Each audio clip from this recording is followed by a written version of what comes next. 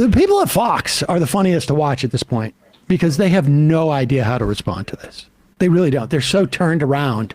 They're like in a satellite, disconnected from the base. Exactly, and they're just floating around, and bouncing around. It's like a. It's as if imagine train tracks, and they flood, and then they ice over, and the train is running, and there's no tracks. It's just sort of like wobbling all over. Okay, Greg, I'll start with you on this political issue. Well, first, I haven't asked the question. I don't need a question. I already have my strong feelings. This is not Groundhog Day at all. It's the opposite of Groundhog Day. Because in the movie, he actually got better. Remember Every Day? Yeah, learn something. This is the opposite. No one's learning anything. It's anti-Groundhog Day. Poor Kevin McCarthy. He's lost more ballots than a Democratic poll worker. So, sue me. Anyway, I'm starting to change my mind on this.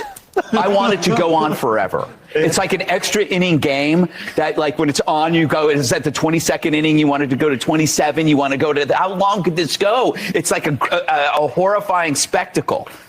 But it's also hypnotic, and everybody says, oh, you know, what is it? Democracy is messy. Oh, stop it. Everybody knows this is just a pain. But I love how the Democrats act like this is some kind of catastrophe. Maybe. But it's self-contained, right? It's self-contained. It's not affecting Americans, the way Afghanistan or the border or inflation. So at least, when Republicans have a firing squad, it's circular. But the Democrats shoot everybody. So I like that. And here's my last point. I have a theory that this is all being done because it's like they love to revert to being college kids pulling an all-nighter. Pause it for 1 second. Isn't the idea of a circular firing squad is that everybody gets shot? Yeah, everyone gets shot. Everyone has a gun circular, in the but we're not squad. in the circle. Only the firing squad gets shot. I see what he's saying. Only the people. But it also gives away the game a little bit, because if he's saying that that it doesn't hurt other people like inflation and all these other things, like he's saying aren't the Republicans elected to go in and do something about it? The debt ceiling thing might affect Americans more than the Afghanistan invasion. Oh, it might. I mean, we're not getting the true knowledge on the Twitter files or on Hunter Biden's church picks. commission. The new church commission. There's none of that with no House. How are we going to have our 700th hearing on Benghazi if we cannot agree on who the Speaker of the House is? They got to vote against the ACA. Continue. Everybody. So I like that. And here's my last point. I have a theory that this is all being done because it's like they love to revert to being college kids pulling an all-nighter. So this is just an excuse to order 50 pizzas and make us pay for it. Oh, well, that certainly explains it. Thank you, Greg. Dana, how long do you think McCarthy stays on? They really have no response to this. It's fascinating. Yeah, just talk around it obliquely, make jokes. Gutfeld is like the wild card on the five. Like he just starts off this the scene real far back, and he just comes in closer as his points get more and more vague. Yeah, they're all contradictory. It's like this is a horrifying spectacle. Also, it's extra innings baseball, and it doesn't matter. But it's also a circular firing squad where the party shoots itself. I mean, it's if it's just about the party, what have you been doing this whole time? You don't mind the entire party blowing itself up? Yeah, that should concern you. I think what it does, though, is it gives away the game that there is no agenda that the Republicans have. Yeah. There are no stakes. Largely, when the Democrats came in 2020, they were primed to pass a $2.3 trillion bill that was going to, extend health insurance and unemployment insurance and send checks to people and in various different ways and get vaccines out the door. And the Republicans have no agenda.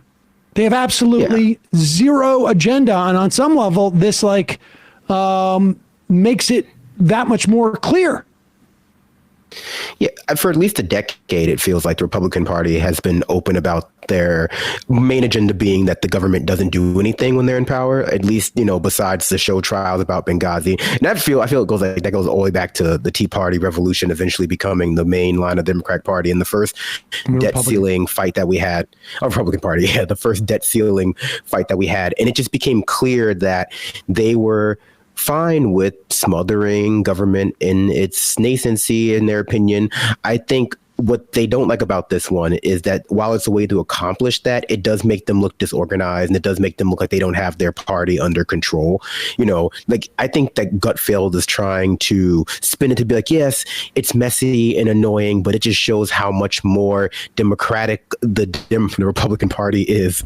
Oh God, we really shouldn't have them use that name as their party name. It makes it hard to talk about Republicans being democratic sometimes. But ultimately, he thinks it's proof of the disorganization of the Republican Party is proof that they have a big tent that is open to listening to different ideas. But I think the disorganization of the Boebert sort of QAnon wing sort of is not the kind of disorganization that lends itself to a real democratic conversation. It's just anarchy for the sake of anarchy. It's a sense of like, because we didn't get our way, they didn't stop the steal, we're going to just like make sure we can't govern in a way that centers us as opposed to the way that centers the Republican Party.